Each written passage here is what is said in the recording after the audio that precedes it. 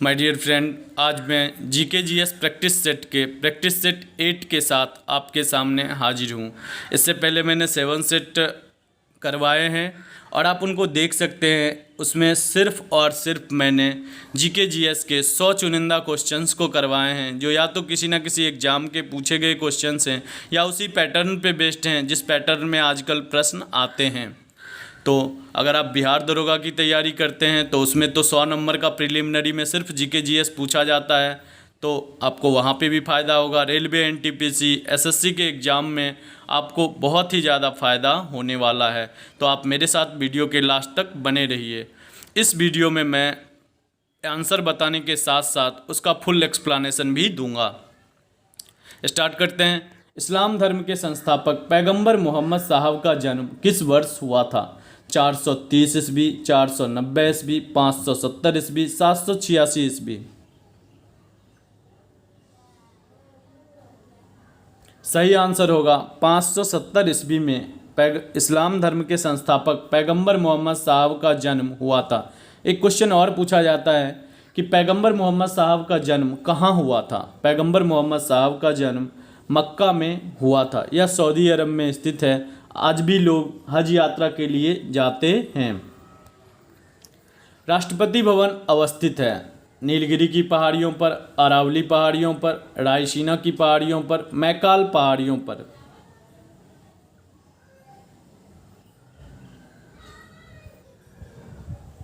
सही आंसर होगा रायसीना की पहाड़ियों पर। आपने न्यूज या पेपर में आपने जब भी पढ़ा होगा दिल्ली का नाम, तो उसके साथ एक वर्ड लिखा रहता है लिटियंस दिल्ली, या फिर आपने रायसीना हिल का नाम सुना होगा।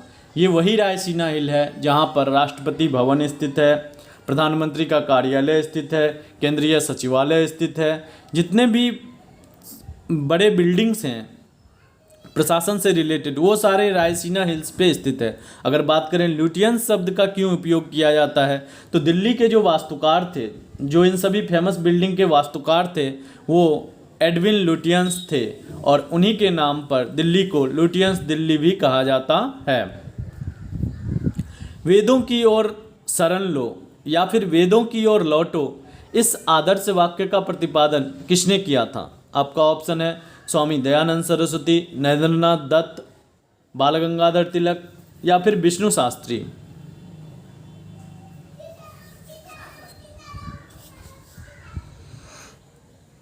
सही आंसर होगा स्वामी दयानंद सरस्वती।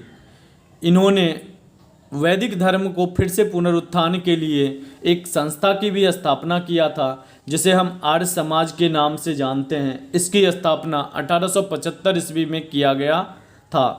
वेदों की ओर लौटो या वेदों की ओर शरण लो, ये वाक्य स्वामी दयानंद सरस्वती ने कहा था। महाभारत का मौलिक नाम क्या था? बृहद संहिता, राजतरंगिणी, कथा सरिस सागर, जय संहिता। मूल नाम क्या था?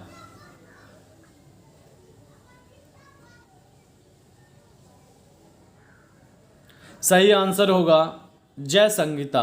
महाभारत का जो मूल नाम था वह जय संहिता था। विद्यासागर सेतु कहाँ स्थित है? कटक, कोलकाता, रामेश्वरम, मदुरै।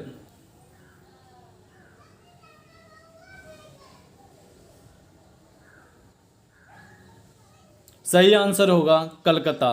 विद्यासागर सेतु जो है वह कलकत्ता में स्थित है। आपने हावड़ा ब्रिज का नाम अवश्य ही सुना होगा। तो हावड़ा ब्रिज जो हावड़ा को कलकत्ता से जोड़ता है, यह ब्रिज भागीरथी नदी, गंगा नदी पर है और इस ब्रिज को ही विद्यासागर सेतु भी कहा जाता है। तो आपसे यहाँ पे पूछा गया है विद्यासागर सेतु कहाँ स्थित है? विद्यासागर सेतु कलकत्ता में स्थित है। और इस ब्रिज की एक खासियत है कि इसमें एक भी पिलर्स नहीं दिए गए हैं, तारों की सहायता से सिर्फ पूरा ब्रिज बनाया गया है। हाथी उत्सव मनाया जाता है, ग्वालियर में मनाया जाता है, जयपुर में मनाया जाता है, नासिक में या फिर चंडीगढ़ में।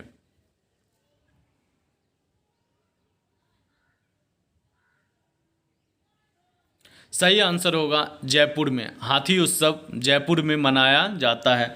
पुष्कर मेला आपने फेमस मेला है उसके भी बारे में आपने सुना होगा, पुष्कर मेला। तो ये भी राजस्थान के अजमेर में ही मनाया जाता है। कभी कभी पुष्कर मेला के भी बारे में एग्जाम में पूछा जाता है। 16 महाजनपदों का उल्लेख किस बौद्ध धर्म ग्रंथ में मिलता है? 16 महाजनपद जो थे, महाजनपद काल का मैंने मगध का उत्कर्ष में एक वीडियो भी पढ़ाया है, उसमें मैंने दीपवंश, महावंश, दिव्यावदान, इन सारे बौद्ध ग्रंथों की भी चर्चा की है। अगर आप इसके बारे में नहीं जानते हैं तो आप मेरे वीडियो को देख सकते हैं। और अंगुत्तर निकाय, तो आपसे यहाँ पे पूछा गया है कि 16 महाजनपद का उल्लेख किस बौद्ध धर्म ग्रंथ में मिलता है? ऑप्शन है दीपवंश, महावंश, दिव्यावदान, अंगुत्तर निकाय। सही आंसर होगा अंगुत्तर निकाय में 16 महाजनपदों का उल्लेख मिलता है, जिसमें से सबसे शक्तिशाली होकर मगध उभरा। बाबा गुड़िया पूजा त्यौहार कहाँ मनाया जाता है? त्रिपुरा में, गुजरात में, महाराष्ट्र में, बिहार में। फेस्टिवल से आजकल क्वेश्चन पूछे जाते हैं। कोई फेस्टिवल, जैसे नॉर्थ इंडिया का जो भी फेस्टिवल है, उत्तर पूर्वी भारत का, नॉर्थ ईस्ट इंडिया का जो भी फेस्टिवल है, उसको तो खास करके पूछा जाता है। तो आपसे यहाँ पूछा गया है कि बाबा गुड़िया पूजा त्यौहार कहाँ मनाया जाता है? सही आंसर होगा त्रिपुरा में बाबा गुड़िया पूजा त्यौहार मनाया जाता है। एक जैव पद्धति जिसमें प्राश्रव्य ध्वनि का उपयोग किया जाता है, सोनोग्राफी, ईसीजी, ईईजी, इनमें से कोई नहीं।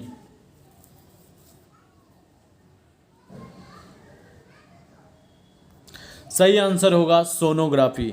जो आप अल्ट्रासाउंड करवाने के लिए जाते हैं ना, उसे ही सोनोग्राफी कहा जाता है। और इसमें प्राश्रव्य ध्वनियों का उपयोग किया जाता है।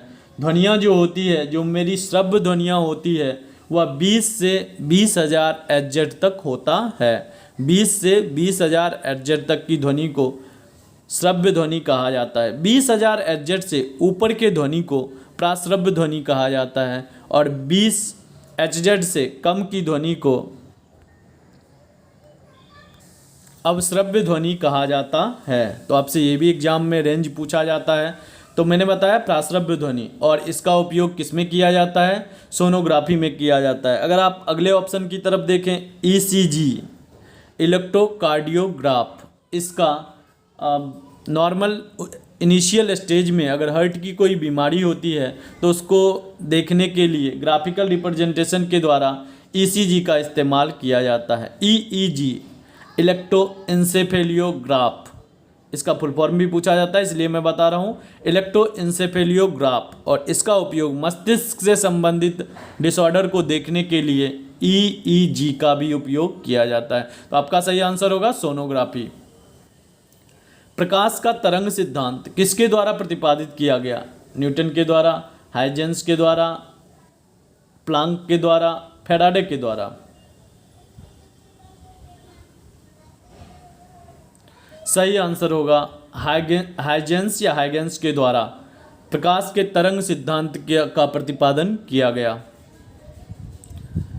जब शुद्ध जल में डिटर्जेंट डाला जाता है तो पृष्ठ तनाव पर क्या प्रभाव पड़ता है? जब शुद्ध जल में आप डिटर्जेंट डालते हैं तो उसके पृष्ठ तनाव पर क्या प्रभाव पड़ता है? घट जाता है, बढ़ जाता है, अपरिवर्तित रहता है, अपरिमित हो जाता है।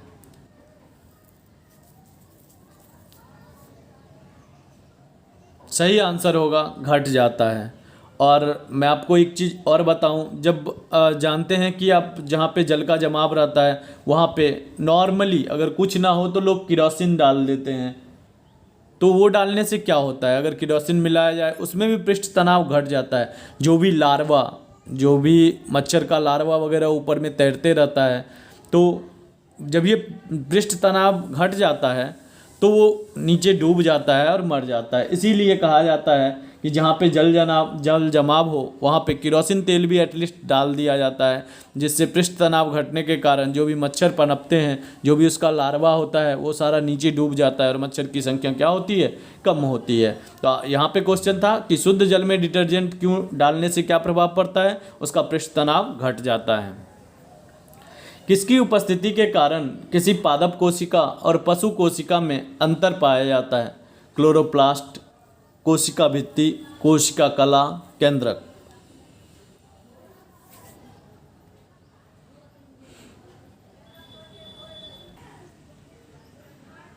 सही आंसर होगा कोशिका भित्ति। जंतु कोशिका जो होता है उसमें कोशिका भित्ति नहीं पाई जाती है, जबकि पादप कोशिका में कोशिका भित्ति पाई जाती है। रेगिस्तान में पैदा होने वाले पौधे कहलाते हैं? हाइड्रोफाइट, मेसोफाइट, जीरोफाइट, इनमें से कोई नहीं।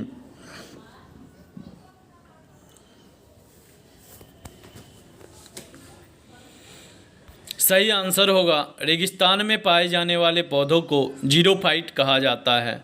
और वहीं पे अगर हाइड्रोफाइट की बात करें तो जल में पाए जाने वाले पौधे को हाइड्रोफाइट कहा जाता है। मैक्सिमम नमकीन जल जो रहता है वहीं पे हाइड्रोफाइट उगता है। मेसोफाइट क्या होता है? मेसोफाइट वैसा पौधा होता है जिसको ना तो ज़्यादा ड्राई कंडीशन की आवश्यकता होती है, ना ही ज़्यादा वेट कंडीशन की। ना तो ज़्यादा नमी वाला स्थान चाहिए, ना ही ज़्यादा सूखा स्थान चाहिए, तो वैसे पौधों को मेसोफाइट कहा जाता है। जीरोफाइट रेगिस्तान में पैदा होने वाले पौधों को कहा जाता है। हाइड्रोफाइट जल में जो पौधे होते हैं उनको हाइड्रोफाइट कहा जाता है। अब अगला क्वेश्चन यही है, हाइड्रोफाइट कहते हैं एक समुद्री जानवर को, एक जलीय पौधे को, एक जल रहित पौधे को, इनमें से कोई नहीं। तो मैंने आंसर बता ही दिया। इसका सही आंसर होगा एक जलीय पौधे को हाइड्रोफाइट कहा जाता है। मुगल प्रशासन में जिले को किस नाम से जाना जाता था?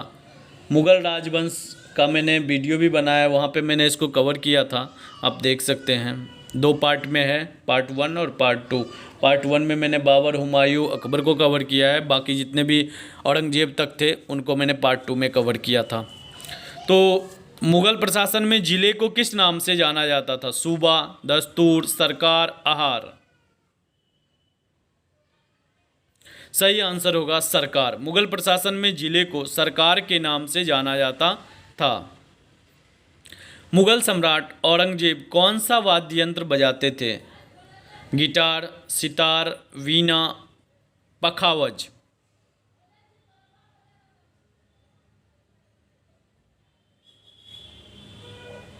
सही आंसर होगा मुगल सम्राट औरंगजेब वीणा बजाते थे।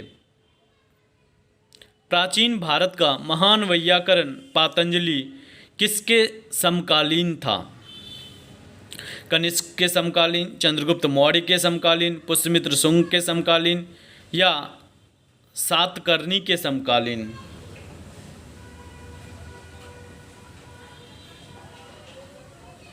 सही आंसर होगा पुष्यमित्र शुंग के समकालीन।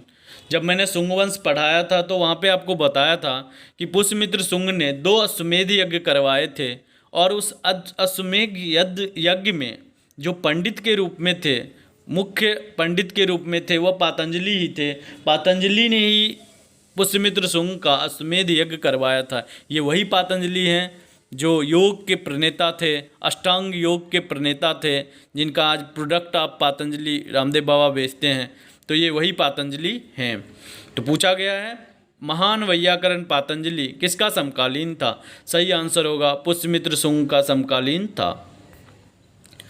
वर्ष 1870 में कलकत्ता में भारतीय सुधार संघ की स्थापना किसने किया था? केशव चंद्र सिंह, राधाकांत देव, राजा मोहन राय, रविंद्रनाथ टैगोर।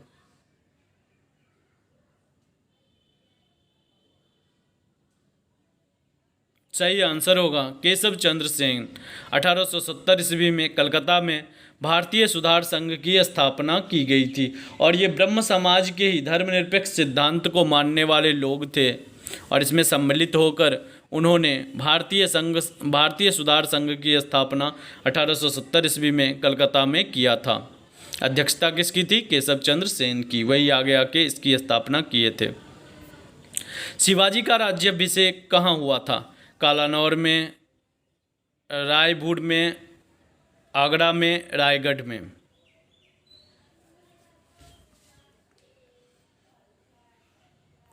सही आंसर होगा रायगढ़ में। शिवाजी का राज्याभिषेक रायगढ़ में हुआ था। आज भी रायगढ़ का फोर्ट रायगढ़ का फोर्ट फेमस है।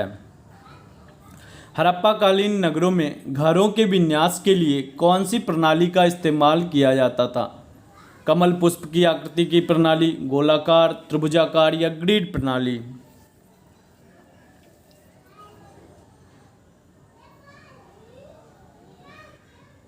जैसा कि आप जानते हैं, हड़प्पा कालीन सभ्यता एक नगरीय सभ्यता थी। वहाँ पे पहले नालियों का निर्माण किया जाता था, नालियों पे गलियों का निर्माण किया जाता, जो आज हम लोगों का सिलसिला चलता है। जिस तरह से आज बनाया जाता है उसी तरह पहले नालियों का निर्माण, फिर गलियों का निर्माण, फिर गली के दोनों साइड भवनों का निर्माण किया जाता था। और इसमें जो नालियाँ बनाई जाती थी वो सारी जालीनुमा होती थी, और इसी जालीनुमा जो बनाई जाती थी उसको हम ग्रिड प्रणाली कहते हैं। तो हड़प्पा कालीन नगरों में घरों के विन्यास के लिए कौन सी प्रणाली अपनाई जाती थी? इसे हम ग्रिड प्रणाली कहते हैं। ये भी क्वेश्चन पूछा जाता है, हड़प्पा कालीन सभ्यता कैसी थी? तो वह नगरीय सभ्यता थी। जैन वास्तुकला कला का प्राचीनतम उदाहरण कहाँ मिलता है? दिलवारा, खजुराहो, पुरी, वाराणसी?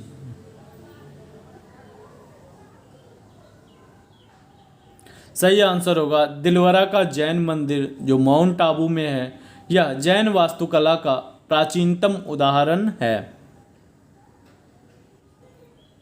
इनमें से किसने मुर्शिदाबाद की स्थापना की थी और उसे ढाका के स्थान पर बंगाल की राजधानी बनाई? मुर्शिद कुली जाफर खान, सुजाउद्दीन, अलवर्दी खान, सिराजुद्दौला?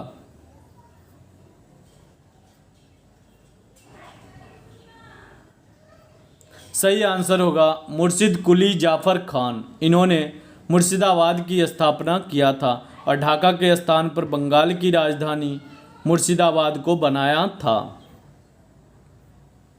वांडीवास के युद्ध में अंग्रेजों का नेतृत्व किसने किया था? टॉमस रो ने, टॉमस स्मिथ ने, सर आयरकूट ने? इनमें से कोई नहीं।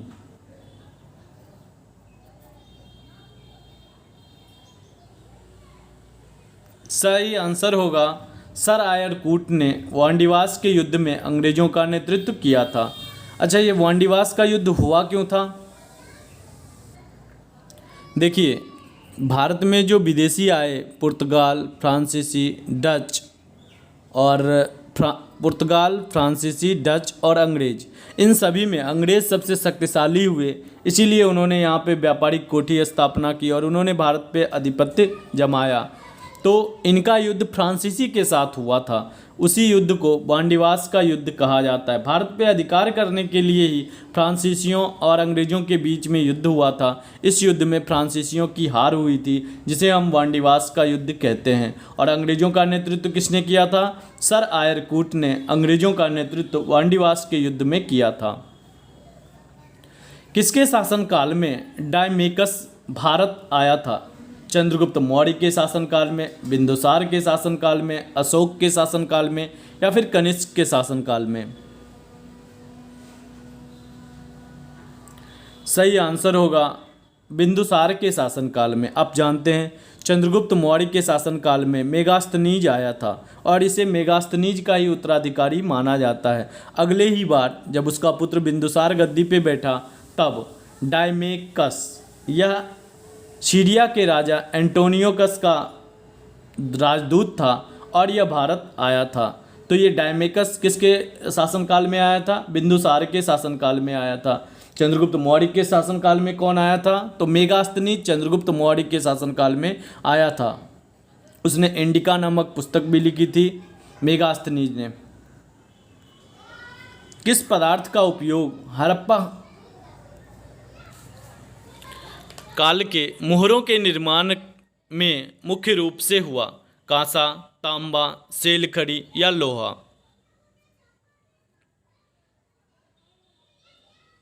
सही आंसर होगा सेलखड़ी। हड़प्पा काल के मोहरों का निर्माण किस रूप में, किस चीज़ से किया जाता था? सेलखड़ी से हड़प्पा काल के मोहरों का निर्माण किया जाता था। भारत के किस राष्ट्रपति ने पूर्व में लोकसभा अध्यक्ष का पद भी संभाला था? आपसे पूछा गया है भारत के राष्ट्रपति बनने से पहले कौन से ऐसे व्यक्ति थे जो लोकसभा के अध्यक्ष थे? ज्ञानी जैल सिंह, वीवी गिरी, नीलम संजीव रेड्डी, जाकिर हुसैन।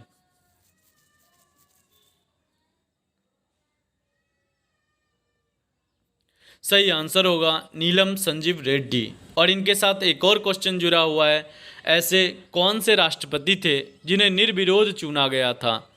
तो ये भी नीलम संजीव रेड्डी ही थे जिन्हें राष्ट्रपति पद के लिए निर्विरोध चुना गया था। भारतीय कम्युनिस्ट पार्टी कब अस्तित्व में आया?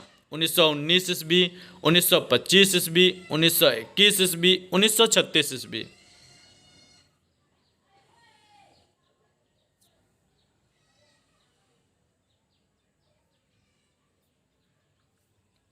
सही आंसर होगा 1925 ईस्वी में भारतीय कम्युनिस्ट पार्टी की स्थापना एम.एन. रॉय ने कानपुर में किया था।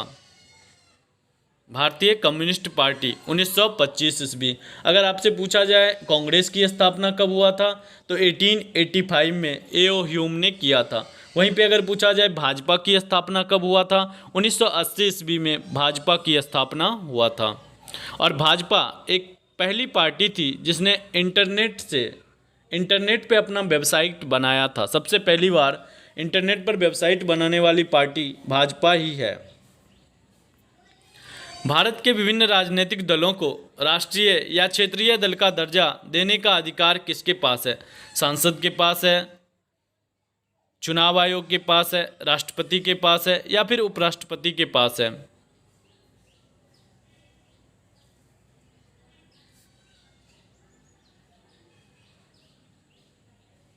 सही आंसर होगा चुनाव आयोग के पास यह पावर है कि वह किस क्षेत्रीय पार्टी का दर्जा देगा या किस पार्टी को राष्ट्रीय पार्टी का दर्जा देगा।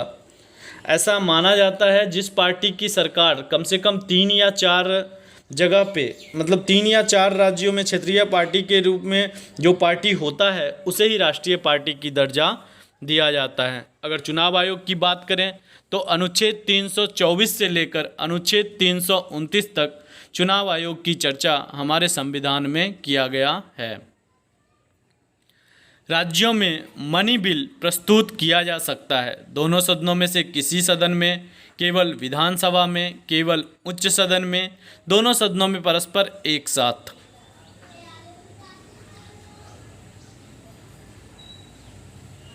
मनी बिल मीन्स धन विधेयक। सही आंसर होगा केवल विधानसभा में। जिस तरह संसद में सिर्फ और सिर्फ लोकसभा में ही धन विधेयक या मनी बिल प्रस्तुत किया जाता है, उसी तरह राज्यों में सिर्फ विधानसभा में मनी बिल प्रस्तुत किया जा सकता है, विधान परिषद में मनी बिल प्रस्तुत नहीं किया जा सकता है। अच्छा, आप उन राज्यों का नाम लिखिए जिसमें विधान परिषद है। कुछ एक राज्य ही हैं, हर राज्य में विधान परिषद नहीं है, तो आप उन सभी राज्यों का नाम कमेंट में लिखिए जिनमें विधान परिषद है। सरकारिया आयोग से संबंधित है, उच्च शिक्षा से, नदी जल विवाद से, केंद्र राज्य संबंध से, शेयर घोटालों से। सरकारिया आयोग किस चीज़ से संबंधित है?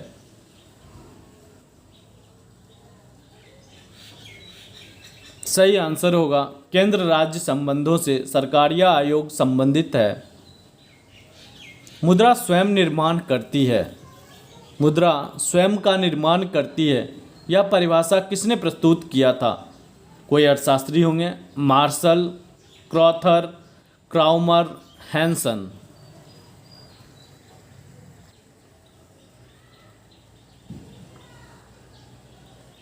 सही आंसर होगा क्राउमर ने मुद्रा स्वयं का निर्माण करती है यह परिभाषा प्रस्तुत किया था। भारत में मुद्रास्फीति ज्ञात करने के लिए किसका प्रयोग किया जाता है? मुद्रास्फीति होता क्या है? मैं पहले थोड़ा सा ये समझाने का प्रयास करता हूँ। मुद्रास्फीति वैसी स्थिति होती है जब अर्थव्यवस्था में मुद्रा का मूल्य घट जाता है। मुद्रा का मूल्य घटने का मतलब है कि आप झोला भर के रुपया लेके गए और मुट्ठी में सामान लेके आए, इसी दौर को मुद्रास्फीति कहा जाता है। मैं आगे फिर स्टैगफ्लेशन बताऊंगा तो वहाँ और क्लियर करूंगा, बट आप यहाँ पे देखिए कि भारत में मुद्रास्फीति ज्ञात करने का कौन सा तरीका है, किसके द्वारा मुद्रास्फीति ज्ञात किया जाता है? उपभोक्ता मूल्य सूचकांक, थोक मूल्य सूचकांक, उत्पादन मूल्य सूचकांक, इनमें से कोई नहीं।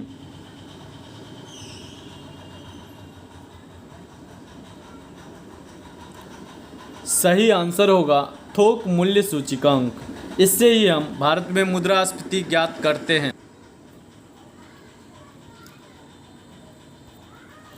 किस वर्ष के बाद की अवधि के दौरान खाद्यान्न विशेषतः गेहूं के उत्पादन में बहुत ज़्यादा वृद्धि हुई? 1954 ईस्वी, 1964 ईस्वी, 1966 ईस्वी या फिर 1965 ईस्वी? किस वर्ष के बाद खाद्यान्नों के उत्पादन विशेषतः गेहूं के उत्पादन में वृद्धि हुई है? सही आंसर होगा 1966। आखिर क्यों हुआ? क्योंकि 1966 और 67 का जो ईयर था उसी में हरित क्रांति भारत में आई थी। हरित क्रांति के जनक किसको माना जाता है? एम.एस. स्वामीनाथन को हरित क्रांति का जनक माना जाता है। तो आपसे यहाँ पे पूछा गया गेहूं का उत्पादन किस वर्ष के बाद ज़्यादा बढ़ा है, तो वो 1966 हो जाएगा। भारतीय स्टेट बैंक की स्थापना किस वर्ष हुई थी? 1954, 1955, 1956, 1957?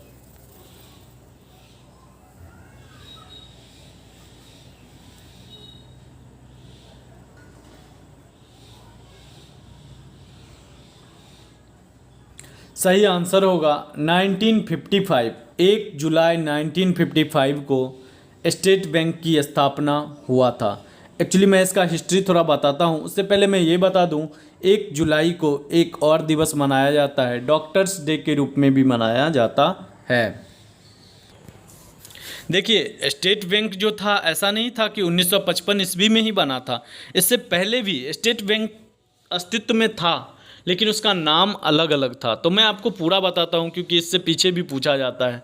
तो 1806 ईस्वी में सबसे पहले बैंक ऑफ कलकत्ता की स्थापना हुआ था।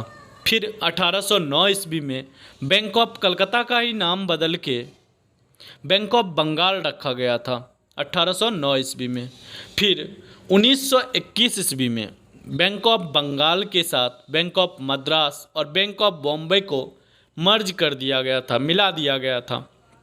तो अब 3 बैंक हो गए एक साथ। 1921 ईस्वी में bank of Bengal, bank of Madras, bank of Mumbai, और इन तीनों को बॉम्बे, इन तीनों को मिला दिया गया था और उसका नाम रखा गया था इंपीरियल बैंक ऑफ इंडिया। आपसे ये भी पूछा जाता है एग्जाम में, इंपीरियल बैंक ऑफ इंडिया जो bank of state bank of India का पुराना नाम है, उस वह कब नाम रखा गया था? तो 1921 ईस्वी में। और लास्ट में उसी इंपीरियल बैंक ऑफ इंडिया का नाम बदलकर स्टेट बैंक ऑफ इंडिया रखा गया था। जो आज आप SBI का अकाउंट आपके पास है, ये वही SBI है। तो भारतीय स्टेट बैंक की स्थापना कब हुई थी? 1 जुलाई 1955 ईस्वी को स्टेट बैंक की स्थापना हुई थी। विश्व में रेशम उत्पादन में अग्रणी देश कौन सा है? भारत, चीन, जापान, रूस?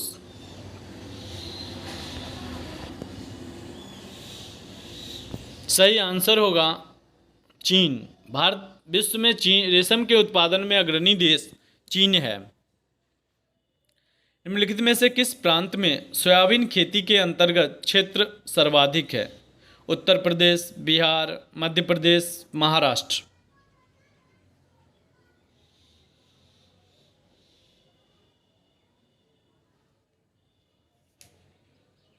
सही आंसर होगा मध्य प्रदेश। मध्य प्रदेश में सबसे ज़्यादा सोयाबीन उत्पादन किया जाता है। अच्छा, अनुसंधान केंद्र भी पूछा जाता है एग्जाम में। चलिए मैं आपसे एक क्वेश्चन पूछता हूँ कि सोयाबीन अनुसंधान केंद्र कहाँ पे स्थित है? आप ये तो जान गए मध्य प्रदेश में सबसे ज़्यादा सोयाबीन का उत्पादन होता है। सही आंसर होगा इंदौर। सोयाबीन अनुसंधान केंद्र, राष्ट्रीय सोयाबीन अनुसंधान केंद्र, यह मध्य प्रदेश के इंदौर में स्थित है।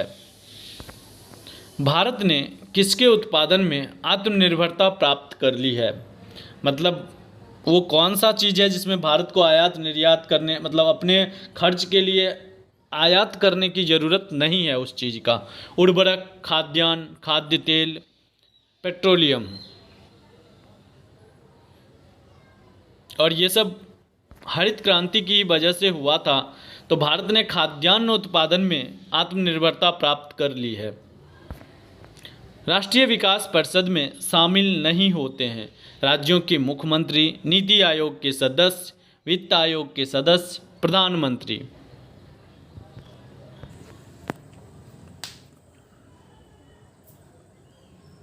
सही आंसर होगा वित्त आयोग के सदस्य राष्ट्रीय विकास परिषद के में शामिल नहीं होते हैं। तो कौन कौन से शामिल होते हैं? इसका full form national development council होता है। तो अब इसमें कौन कौन से शामिल होते हैं मैं आपको डिटेल से बताता हूँ। जो भारत के प्रधानमंत्री होते हैं वह इसके अध्यक्ष के रूप में होते हैं। फिर जितने भी राज्यों के मुख्यमंत्री हैं वो सभी इसमें पार्टिसिपेट करते हैं। इसके बाद पहले तो योजना आयोग था, तो योजना आयोग के जितने भी सदस्य होते थे वो सभी राष्ट्रीय विकास परिषद के सदस्य होते थे। लेकिन अब नीति आयोग बन गया है। कब बना? 1 जनवरी 2015 को नीति आयोग की स्थापना हुई थी और तब से नीति आयोग के सदस्य राष्ट्रीय विकास परिषद के सदस्यों में सम्मिलित हैं। मतलब 3 आदमी हो गए, प्रधानमंत्री, राज्यों के मुख्यमंत्री, सभी राज्यों के मुख्यमंत्री और नीति आयोग के सदस्य, ये सभी राष्ट्रीय विकास परिषद के सदस्य होते हैं। स्टैगफ्लेशन स्थिति क्या है? गतिरोध एवं अवस्थिति, गतिरोध एवं मंदी, गतिरोध एवं मुद्रास्फीति। सही आंसर होगा गतिरोध एवं मुद्रास्फीति। देखिए, मैंने आपको मुद्रास्फीति समझाया था। वैसी स्थिति जब महंगाई चरम सीमा पर चली जाए उसे ही मुद्रास्फीति कहा जाता है। एक्चुअली स्टैगफ्लेशन जो होता है ना, वो स्टैग्नेशन प्लस इन्फ्लेशन, इन्फ्लेशन को ही हिंदी में मुद्रास्फीति कहा जाता है। तो स्टैग्नेशन क्या होता है? स्टैग्नेशन इन्फ्लेशन का ही एक विस्तृत रूप होता है। मैं समझाने का प्रयास करता हूँ। जैसा कि मैंने बताया कि कारण कोई भी हो, महंगाई बढ़ती जा रही है और एक स्थिति ऐसा आया जब आप झोला में रुपया लेके जा रहे हैं और मुट्ठी भर सामान लेके आ रहे हैं। ऐसे कंडीशन में लोगों का जो होगा वो क्रय शक्ति कम हो जाएगा। तो ये तो मुद्रास्फीति हो गई। अब मुद्रास्फीति के भयंकर रूप को ही हम स्टैग्नेशन या गतिरोध कहते हैं। वो क्या होता है समझने का प्रयास कीजिए। जब मुद्रास्फीति बढ़ते चला कुछ सालों के बाद आदमी के पास रुपया होगा ही नहीं जो वो सामान क्रय करने के लिए जाएंगे, और जब सामान क्रय करने के लिए नहीं जाएंगे तो कंपनीज को रुपया आएगा नहीं, कंपनीज को ज़्यादा रुपया नहीं आएगा। और वैसे केस में तो कंपनी क्या करेगी? सामान का मूल्य और बढ़ाएगी या फिर सामान वो बना नहीं पाएगी। जब रोजगार पे असर पड़ने लगेगा, इससे क्या होगा? जो रोजगार जो काम कर रहे हैं कंपनी में या फिर जो भी अर्थव्यवस्था के क्षेत्र में काम कर रहे हैं उनको भी वेजेज मिलना बंद हो जाएगा, क्योंकि जो कमाई है वो तो मारा जाएगा, क्योंकि आदमी के पास रुपया नहीं रहेगा जो वो सामान खरीदने के लिए जाएगा। तो ऐसा केस जिसमें महंगाई के साथ साथ रोजगार भी मारा जाए, उसी केस को शुद्ध भाषा में हम स्टैगफ्लेशन कहते हैं। मैंने ये समझाने के लिए आपको समझाया। एक्चुअली इसका जब आप अर्थव्यवस्था के लैंग्वेज में पढ़ेंगे तो वो थोड़ा क्लिष्ट लैंग्वेज होता है, बट आप इस चीज़ को समझ लीजिए कि स्टैगफ्लेशन क्या होता है। स्टैग्नेशन प्लस इन्फ्लेशन दोनों वर्ड को मिला के स्टैगफ्लेशन बनाया गया है। मुद्रास्फीति वैसी स्थिति होती है जब महंगाई बहुत ज़्यादा बढ़ जाए।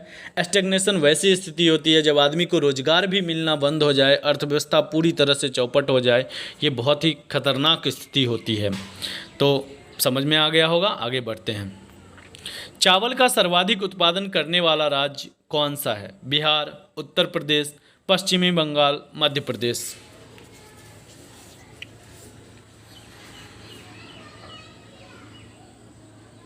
सही आंसर होगा पश्चिम बंगाल। चावल का सर्वाधिक उत्पादन करने वाला राज्य पश्चिम बंगाल है। वहीं अगर आपसे ये पूछा जाए कि चाय का सर्वाधिक उत्पादन करने वाला राज्य कौन सा है, तो आपका आंसर होगा असम।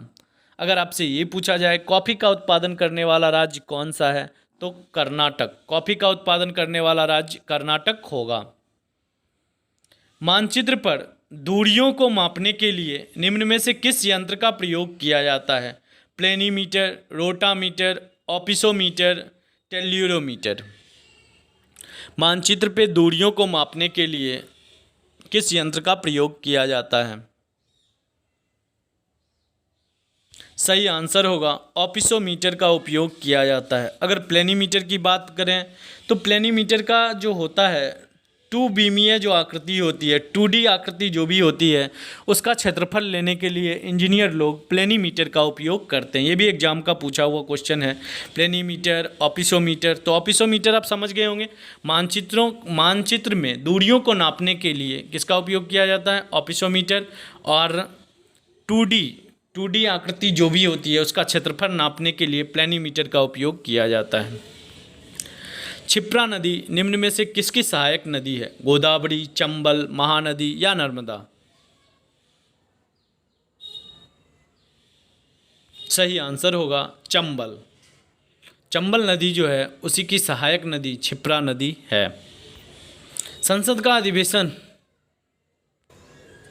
बुलाने का काम करता है प्रधानमंत्री, राष्ट्रपति, ए और बी दोनों, यानी प्रधानमंत्री और राष्ट्रपति दोनों, इनमें से कोई नहीं। सही आंसर हो जाएगा राष्ट्रपति। राष्ट्रपति संसद के अधिवेशन को बुलाता भी है और सत्रावसान भी करता है। संसद के संयुक्त बैठक को भी राष्ट्रपति ही बुलाता है और संयुक्त बैठक का संयुक्त बैठक की अध्यक्षता लोकसभा का अध्यक्ष करता है। ये सभी एग्जाम के पूछे गए क्वेश्चन हैं। सर्वप्रथम किस फिल्म अभिनेता को राज्यसभा का सदस्य मनोनीत किया गया, राज्यसभा का सदस्य किस फिल्म अभिनेता को मनोनीत किया गया था, दिलीप कुमार, गुरुदत्त, पृथ्वीराज कपूर, सुनील दत्त।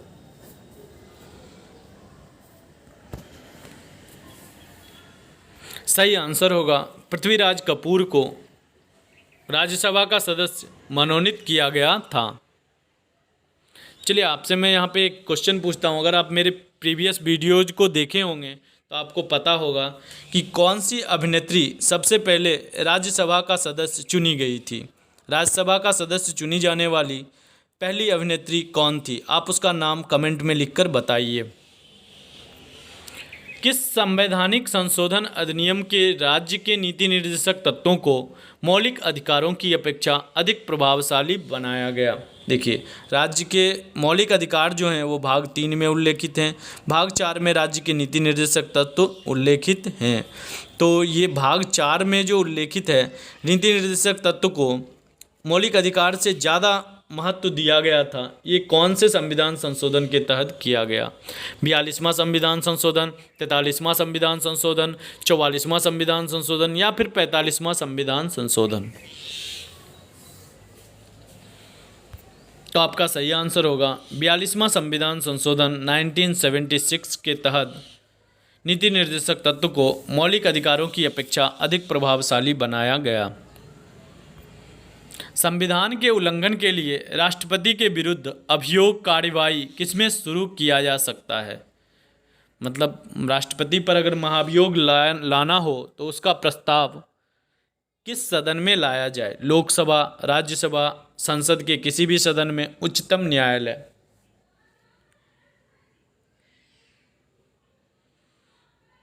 सही आंसर होगा संसद के किसी भी सदन में महाभियोग प्रस्ताव लाया जा सकता है। अगर आपको महाभियोग की पूरी प्रक्रिया जाननी है या फिर राष्ट्रपति के चुनाव जो कि एक क्लिष्ट प्रक्रिया होती है एकल संक्रमणीय मत प्रणाली के द्वारा, अगर इसको डिटेल में आपको समझना है तो आप मेरे चैनल को सब्सक्राइब कर लीजिए और वहाँ पे एक वीडियो आपको मिलेगा, वो राष्ट्रपति का होगा। राष्ट्रपति के वीडियो में 1 घंटा का वो टोटल वीडियो है, मैंने उसमें फुल कवर किया है। राष्ट्रपति से एक भी क्वेश्चन आपका छूट नहीं सकता है और आप राष्ट्रपति को अच्छे तरह से समझ पाएंगे कि उसकी क्या शक्तियाँ होती है, उसका किस तरह से निर्वाचन होता है, उसका किस तरह से महाभियोग लगाया जाता है, कितने अनुच्छेद राष्ट्रपति से जुड़े हुए, ये सभी चीज़ों को मैंने कवर किया है। भारतीय संविधान में मूल कर्तव्य कब शामिल किए गए थे, 1971, 1976, 1974, 1977। सही आंसर होगा 1976। 42वां संविधान संशोधन स्वर्ण सिंह की समिति थी, इन्होंने सिफारिश किया था कि मूल कर्तव्य को भी, अधिकार के साथ साथ कर्तव्य को भी भारतीय संविधान में लिया जाए। और इसके लिए चार, चूँकि तीन तो भाग तीन जो था वो मौलिक अधिकार था, भाग चार ऑलरेडी नीति निर्देशक तत्व था। अब संविधान में संशोधन करके आप मौलिक कर्तव्य को जोड़ रहे हैं, तो यहीं पे चार के क में, चार का क जो पार्ट है उसमें मूल कर्तव्यों को जोड़ दिया गया 1976 में। राज्यसभा में प्रतिनिधित्व होता है राज्यों का, संघ शासित प्रदेशों का, उपयुक्त दोनों का, या फिर इनमें से कोई नहीं। सही आंसर होगा उपयुक्त दोनों का। राज्यसभा में जो सदस्य चुन के आते हैं वो राज्यों से भी चुनकर आते हैं और संघ शासित प्रदेशों से भी चुनकर आते हैं। एक पिक्सेल होता है, आप देख रहे होंगे मैंने जो सेट बनाया है उसमें हर एक क्वेश्चन को इंक्लूड किया है, चाहे वो कंप्यूटर से रिलेटेड रहे, हिस्ट्री, सिविक्स, ज्योग्राफी से संबंधित रहे, या फिर फिजिक्स, केमिस्ट्री, बायो से संबंधित रहे, या तकनीकी से संबंधित रहे, करंट अफेयर से संबंधित रहे। मैंने एक दो क्वेश्चन हर एक को इसमें डाला है। यह आपका पूर्ण सेट है, आप इसको कीजिए, और मैं प्रत्येक दिन ये डालता हूँ तो आपको इससे बहुत बेनिफिट होगा। यहाँ पे पूछा गया है एक पिक्सल होता है एक कंप्यूटर प्रोग्राम, स्टोरेज उपकरण, पिक्चर का सबसे छोटा अंश कोई नहीं। पिक्सल देखा जाता है, पिक्सल क्वालिटी जो फोटो का देखा जाता है उसमें आप बोलते हैं ना कितना पिक्सल का कैमरा है, क्या है, तो वही पिक्सल यहाँ पे पूछा गया है। यह एक पिक्चर का छोटा अंश होता है, उसे हम पिक्सल कहते हैं। कपाल तंत्रिकाओं की संख्या मनुष्यों में कितनी होती है? जो हमारा तंत्रिका तंत्र है उसमें मनुष्य के कपाल में कितने तंत्रिका तंत्र होते हैं?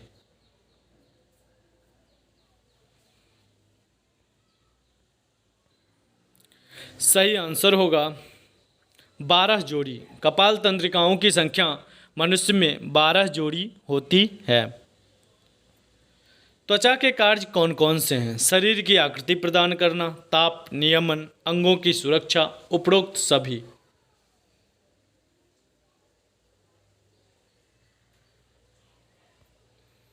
उपरोक्त सभी। शरीर को आकृति प्रदान करना त्वचा का काम होता है और बोन का भी काम होता है। ताप नियमन ये भी त्वचा का काम होता है, क्योंकि आपके जो रंध्र होते हैं उससे जब पसीना बाहर निकलता है तो उससे टेम्परेचर नियंत्रित होता है। आपको जब फीवर आता है तो देखते हैं पसीना चलने के बाद थोड़ी देर में क्या होता है, आपका फीवर कम हो जाता है, ये उसी की वजह से होता है। अंगों की सुरक्षा ये सभी त्वचा का काम होता है। मानव में दूध के दांत कितने होते हैं? मानव में दूध के दांत 20 होते हैं। मैंने आपको आंसर ही बता दिया एक्चुअली, ठीक है। और मानव वयस्क मानव में कितने होते हैं? तो 32 दांत होते हैं, जिसमें से 4 टाइप होता है, इंसीजर, कैनिन्स। जो आगे का आपका दांत रहता है जो काटने का काम होता है वह जो काटने का काम जो होता है वो इंसीजर से किया जाता है। उसके बाद इंसीजर आगे का दांत को छोड़ के साइड में जो नुकीला दांत होता है उसे हम कैनिन्स कहते हैं। कैनिन्स जो होता है वो चीरने का काम करता है, किसी चीज़ को चीरने का काम अगर करना हो तो वो कैनिन्स के द्वारा किया जाता है। फिर प्री मोलार होता है और मोलार होता है, तो प्री मोलार और मोलार दोनों को चबाने का काम होता है। और मोलार जो होता है उसे ही अक्ल दाढ़ या अक्ल दांत भी कहा जाता है। जब मोलार वो बहुत एज होने के बाद, आपका जब एज 25-26 इसमें जब जाएगा तब आपको 20 के बाद ही आपके प्री मोलार्स जो हैं वो दांत आएंगे। तो ये मानव में दूध के दांत कितने होते हैं? 20 होते हैं। हिपेरिन का निर्माण होता है आमाशय में, अग्नाशय में, ग्रहणी में, यकृत में। सही आंसर होगा यकृत में हिपेरिन का निर्माण होता है। थायराइड उपास्थि किसमें होती है? कंठ, ग्रसनी, नासिक, कर्ण पल्लव। थायराइड जो ग्लैंड होता है, बोलते हैं ना थायराइड की बीमारी है, एक्चुअली थायराइड पाया कहाँ जाता है आपको ये बताना है। सही आंसर होगा कंठ में थायराइड पाया जाता है। कौन सा अंग आरबीसी का कब्रिस्तान कहा जाता है? रेड ब्लड सेल का कब्रिस्तान किसे कहा जाता है? लाल अस्थिमज्जा, प्लीहा, वृक्क, आंत।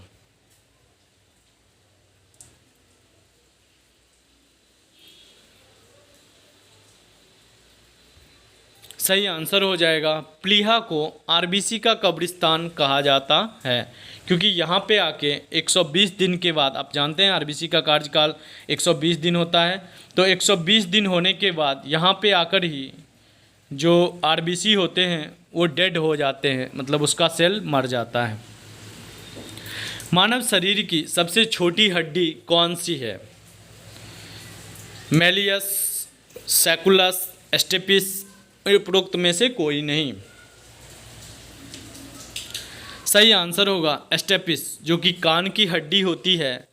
यह मानव शरीर में सबसे छोटी हड्डी होती है, जबकि अगर फीमर की बात करें तो वह जांघ की हड्डी होती है, और मानव शरीर में सबसे बड़ी हड्डी फीमर या जांघ की हड्डी होती है।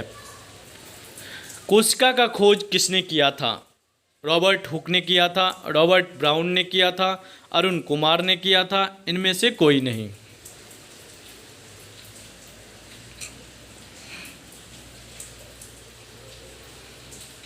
ऑप्शन को आप मत देखिए, ऑप्शन कुछ भी रहता है, बट आपका सही आंसर भी इसमें ही रहता है।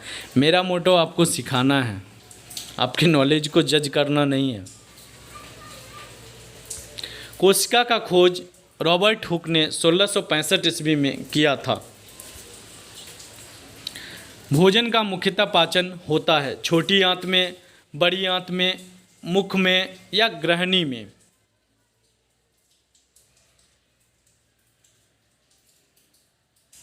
सही आंसर होगा छोटी आंत में, या फिर आप ग्रहणी भी, यहाँ पे दोनों ही टैली कर रहा है, तो ग्रहणी में ही आप बोलिए, क्योंकि छोटी आंत का ही पार्ट ग्रहणी होता है, और भोजन का लास्ट पाचन जो होता है वह छोटी आंत में ही होता है। छोटी आंत का जो ग्रहणी होता है उसी में होता है। बड़ी आंत का अंतिम भाग कौन सा होता है? रेक्टम, सीकम, बृहदांत्र, इनमें से कोई नहीं।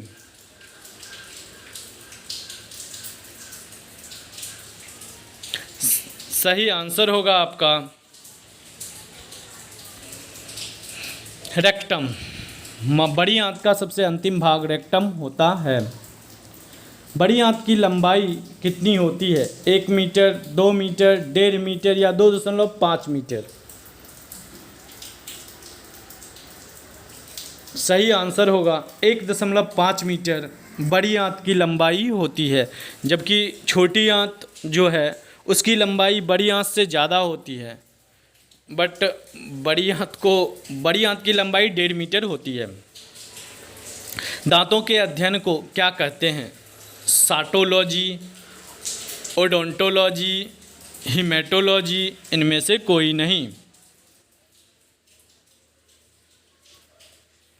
सही आंसर जो हो जाएगा वो ओडोंटोलॉजी हो जाएगा। दांतों के अध्ययन को ओडोंटोलॉजी कहा जाता है। हेमेटोलॉजी जो रक्त से संबंधित अध्ययन होता है उसे हेमेटोलॉजी कहा जाता है। विटामिन ए किस में बनता है? यकृत में, वृक्क में, ये वृक्क होगा, वृक्क में, आमाशय में, इनमें से कोई नहीं। सही आंसर होगा यकृत में विटामिन ए बनता है। विटामिन ए का सबसे प्रचुर मात्रा में किस में पाया जाता है? तो वो पपीता में पाया जाता है विटामिन ए। विटामिन डी की कमी से होने वाला रोग कौन सा है? बेरी, स्कर्वी, हेमरेज, रिकेट्स? सही आंसर होगा रिकेट्स नामक जो बीमारी होती है वह विटामिन डी की कमी से होती है। विटामिन सी की कमी से होने वाला रोग कौन सा है? हेमरेज, किलोसिस, स्कर्वी, इनमें से कोई नहीं।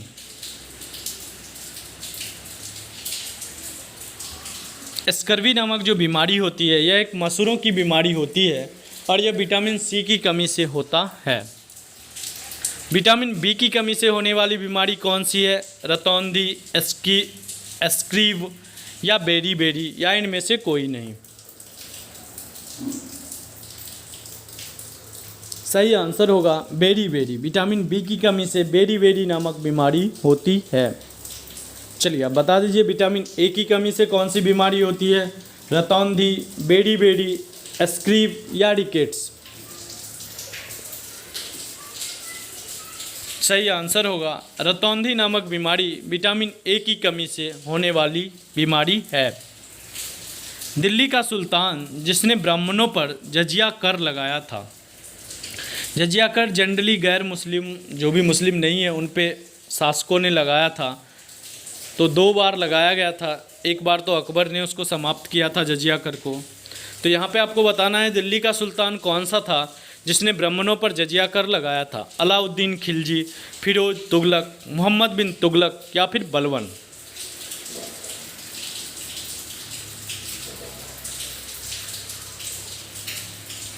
सही आंसर हो जाएगा फिरोज शाह तुगलक ने ब्राह्मणों पर जजिया कर लगाया था। वर्तमान का दौलताबाद जिसे मोहम्मद बिन तुगलक ने अपनी राजधानी दिल्ली से स्थानांतरित की थी वह स्थित है मैसूर, औरंगाबाद, निजामाबाद, भोपाल।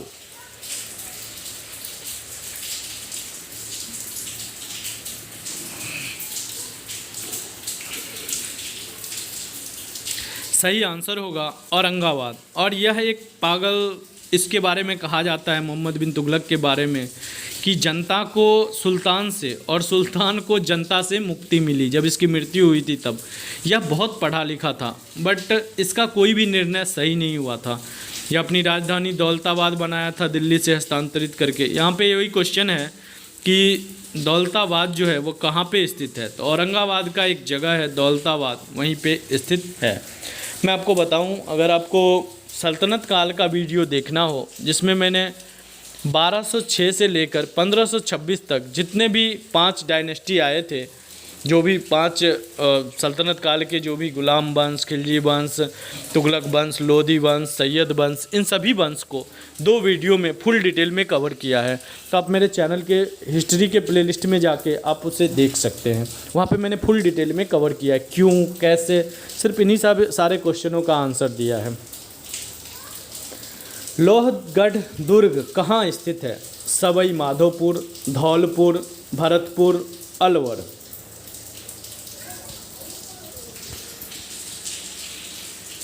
सही आंसर होगा भरतपुर में लोहगढ़ दुर्ग स्थित है। राणा कुंभा द्वारा निर्मित अचलगढ़ का किला किस स्थान पर स्थित है?